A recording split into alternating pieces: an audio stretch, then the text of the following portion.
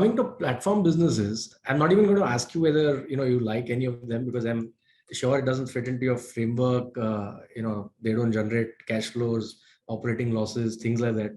In fact, the question I want to ask you is, do you think a lot of these are even going concerns? Because a lot of these business models are possibly not proven, not sustainable. The discount goes away, so does the customer. And now that they're listed, some of them, if they continue to run these losses the same way, and now there'll be no private equity coming since they're listed, थोड़े साल में अगर negative net worth हो गया, unless they're able to raise money, and वो भी unless they have a path to profitability, I don't know how they'll do that. Maybe rights issue, I don't know. But if that is the case, is it, are they like going concerns? I think let's break this question into two parts. So first point, I think, which you're already alluding to, is the definition of a business is something that makes money. If it doesn't make money, it's still a worthwhile endeavor. जैसे हमारा building, मेरे building के जो housing society का जो committee है, our building as a housing society doesn't make money, right? So it's still worthwhile. The residents meet, we vote, कोई president, secretary हम vote करते हैं.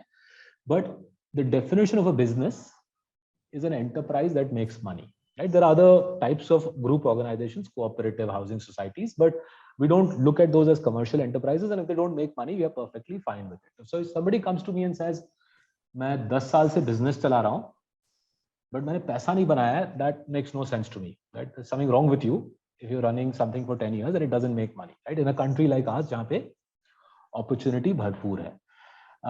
Right? So that's the first point to get out of the way.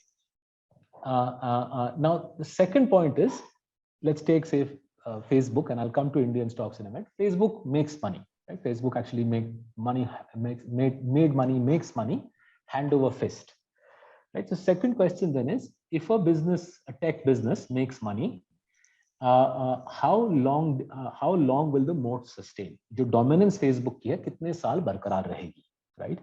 So now let's apply this framework to India. By the way, anybody who wants to read more about this, right? There's several good books. One of the books that we learned a lot about how to think about all this is this book called Platform Delusion. Platform Delusion by a former Goldman Sachs investment banker, Jonathan Nee. ये US के case में किताब लिखी गई है, US के context में लिखी गई है, but it won't take much for the sorts of high net worth people watching today to be able to apply Platform Delusion to India.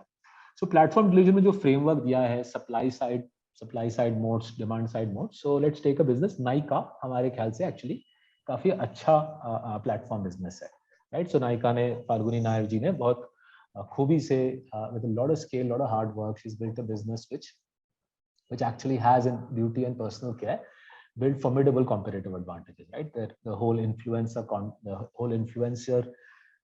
marketing channel that Falguni has built, even to this day, other players struggle to match up to anything like what Falguni has built in BPC.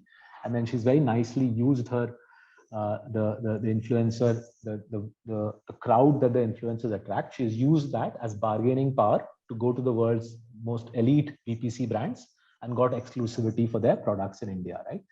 Now, जहाँ पे हम, the reason we haven't been able to convince ourselves to invest in Nykaa is, we asked ourselves, how many years will Nykaa's moat sustain, right? Now, one easy way, if you read Jonathan Nee का Platform Delusion, one relatively easy way, right? मैं easy बोल रहा हूँ, not as if मैं कर पाऊंगा, but for a tech company like Nykaa, one relatively easy way to build a strong moat is to say, if Saurabh is using the Nykaa app and he's buying certain things, the Nykaa app will figure out that Saurabh is male, middle-aged, dark-skinned.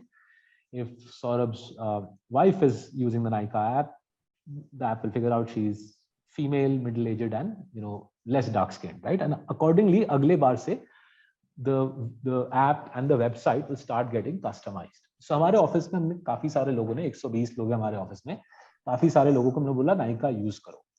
And what we found was the learning doesn't happen. The app or the website doesn't customize, right? And that worried us deeply, because अगर आप इतना सारा crowd आपके पास आ रहा है, वो knowledge को लेके आप customization enhance नहीं कर रहे, then the lock-in isn't happening, which means that if 10 years hence Amar Ambani एक angel funded company को ले आता है Nykaa से लड़ने के लिए, Nykaa's tech moats will not be as deep as they should be. So once we and Our job is to turn moats into a little bit of maths and figure out ये company का intrinsic value क्या है. That's where we got a little stuck on Nykaa. That's where we are still stuck on Nykaa. We're not yet convinced that they're using their strengths, their influencer connect, the flow of traffic to their site and to their app, and we're not convinced they're using it in an optimal fashion to thwart the competition, to crush the competition and enhance their moats, which is why we didn't invest. Barring Nykaa, we've seen very little else in this space in the listed market, which warrants even a discussion of more than 20 seconds. The rest of them are in that delusional category, जहाँ पे कुछ बोलते हैं, but it doesn't make any sense to us because our definition of a business is an enterprise which makes money.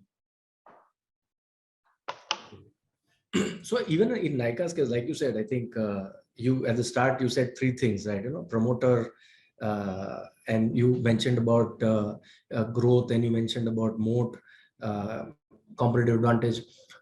So you mentioned on the moat part, you didn't find they're capturing, and therefore it can be challenged in future.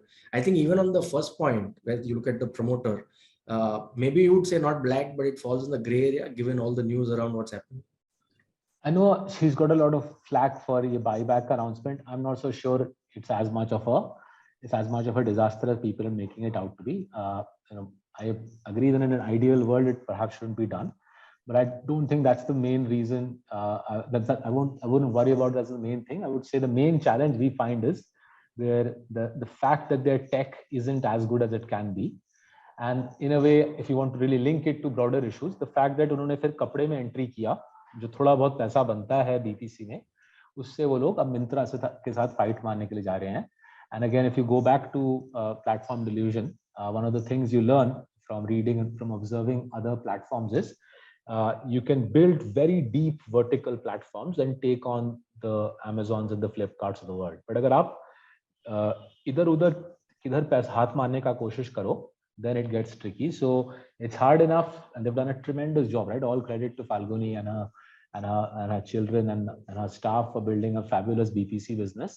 But it was a little strange to see them take that cash flow and try to go on head to head with Myntra, which again suggests to me that क्या हो रहा है उनकी जो, because I think in most promoters I know, most promoters I've seen in India, उनको पता है उनके खुद के strengths और कमजोरियों के बारे में.